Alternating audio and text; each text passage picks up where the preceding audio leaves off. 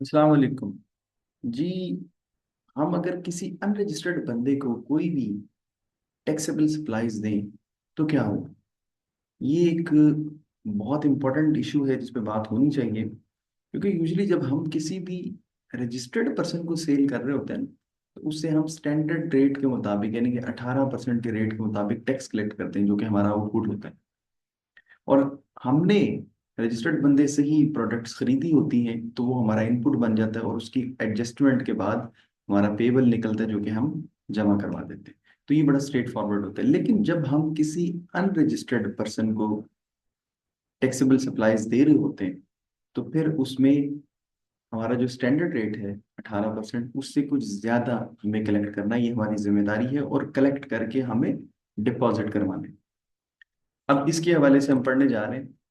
वो कहते हैं जी, where taxable supplies are made to a person who has not obtained registration number, यानी कि जो एफबीआर में रजिस्टर्ड नहीं है सेल्स टैक्स में, और he is not an active tax payer, और वो सेल्स टैक्स में एक्टिव टैक्स पेयर नहीं है। Sales tax active tax payer के हवाले से शायद कोई लेक्चर मौजूद होगा, मैं उसका लिंक भी प्रोवाइड कर दूंगा। अब ये दो चीजें, या तो रजिस्ट्रेशन नंबर ही नहीं सिरे से, या फिर रजिस्ट्रेशन तो है लेकिन वो बंदा एक्टिव नहीं, देन क्या होगा? There shall be charge levied and paid a further tax at the rate of 4% of the value in addition to the rate specified in subsection फला फला। यानी कि 18% के अलावा आपने 4% मजीद चार्ज करना है, 22% चार्ज करना है उस बंदे को। क्या 22 का 22 आउटपुट का हिस्सा बनेगा? नहीं, इतनी फेवर एफबीआर हमें नहीं देने वाला। अब जरा इसको समझते हैं और थोड़ा सा अंडरस्टैंड करने की कोशिश करते हैं, फिर हम आएंगे एक्सक्लूजन्स की तरफ, यानी कौन ऐसी पार्टीज हैं या पर्सन्स हैं जिनके ऊपर ये एप्लीकेबल नहीं। जैसे आप एंड कंज्यूमर को, थोड़ा सा मैं भी डिस्कस करता हूँ। किसी भी एंड कंज्यूमर को जब आप सेल करते हैं तो जाहिर सी बात है, एंड कंज्यूमर तो सेल टैक्स में रजिस्टर्ड नहीं होता, उसके ऊपर तो ये एप्लीकेबल नहीं है ना। उसके अलावा भी कुछ हैं जिनको हम अभी डिस्कस करेंगे। पहले थोड़ा सा एक सिनेरियो देख लेते हैं। मैंने पहले ही बना के रखा हुआ है ताकि कैलकुलेशन में हमारा टाइम वेस्ट ना हो। इसको हम जरा जल्दी जल्दी देखते हैं।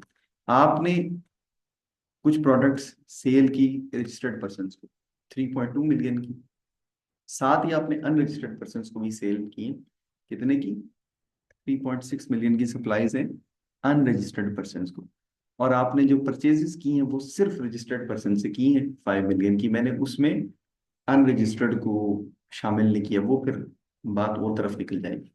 उसके हवाले से फिर पूरा एक स्केड्यूल है, उसको हम किसी वक्त डिस्कस करेंगे।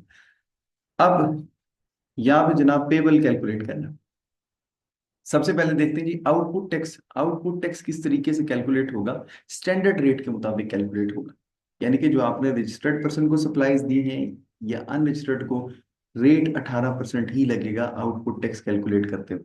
हम क्या करेंगे? 3.2 मिलियन की सप्लाईज के ऊपर 18% का रेट लगाएंगे, sales to registered person.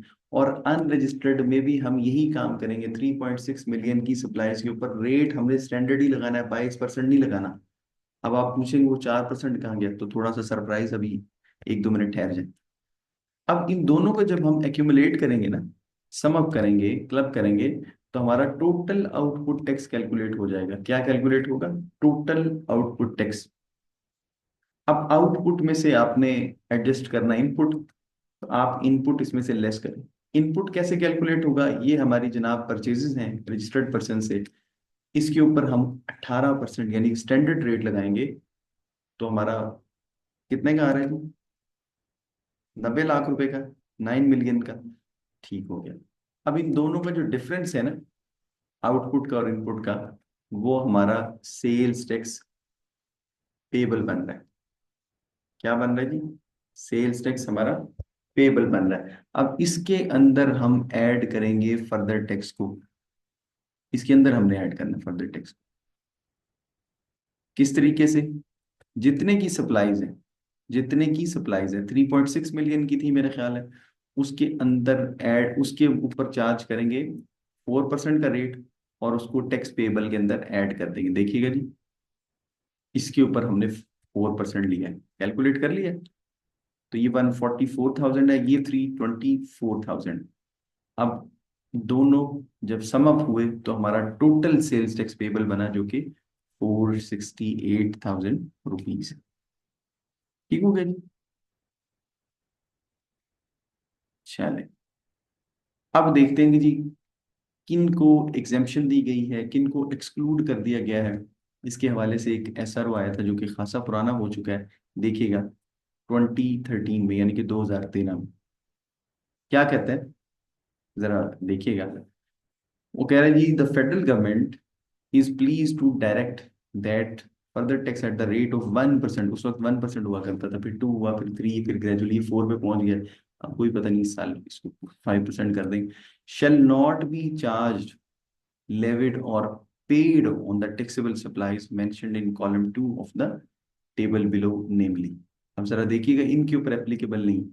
Electrical energy supplied to domestic and agricultural consumers, इस केस में एप्लीकेबल नहीं। Natural gas supplied to domestic consumers, उसके ऊपर एप्लीकेबल नहीं। अब ये है जी, ये जरा देख लें, काम की चीज देखते हैं। Good sold by retailer, retailer जब एंड कंज्यूमर को चीज को सेल करता है ना, तो उसके ऊपर एप्लीकेबल नहीं। उसने 18% ही कलेक्ट करना है, वैसे तो वो उसकी प्रोडक्ट की प्राइस के अंदर शामिल होता है। उसने उसके अलावा कोई 4% कलेक्ट नहीं करना। फिर क्या है, supply of goods directly to end consumers. अब ये नहीं है कि ये रिटेलर्स ही करेगा, ठीक है, उसने ऐसी कोई चीज मेंशन नहीं की। आप डायरेक्टली एंड कंज्यूमर को सेल कर रहे हैं, including food and beverages, fertilisers and vehicles. Then क्या जी, items falling in third schedules to the sales tax act 1990। तो ये है जी इसका क्रक्स। बस इतनी सी चीज समझ लें। सबसे इंपॉर्टेंट ये है, ये अगर आपको समझ आ गया ना, उम्मीद है कि फिर बाकी चीजें इंशाल्लाह खुद ब खुद समझ आ जाएंगी। बस इस चीज का आपने ख्याल रखना है कि फर्दर टैक्स आउटपुट टैक्स का हिस्सा नहीं बनता। वो जो आपका पेबल बन रहा है उसके अंदर ऐड हो जाता है, यानी कि आपकी लाइबिलिटी का हिस्सा बनता है एट द रेट ऑफ 4%। अभी 4% चल रहा है, कभी ये 1% भी हुआ करता था, 2 भी था, 3 भी था, ग्रेजुअली बढ़ते बढ़ते 4 हो गया। अब कभी 5 भी हो जाए तो आपने फॉर्मूला यही रखना है, प्रोसीजर यही रखना है। प्रोसीजर कभी भी चेंज नहीं होगा, ठीक है। चले, मेरा ख्याल है इतना काफी है। अब इससे ज्यादा आपको तंग करना मुनासिब नहीं है। मजीद कोई भी चीज़ आप पूछना चाहें तो कमेंट्स में पूछ सकते हैं। और किसी टॉपिक पे अगर आप चाहते हैं कि हम वीडियो बनाएं, तो वो भी आप फरमाइशी वीडियो भी बनवा सकते हैं। अपना ख्याल रखिए।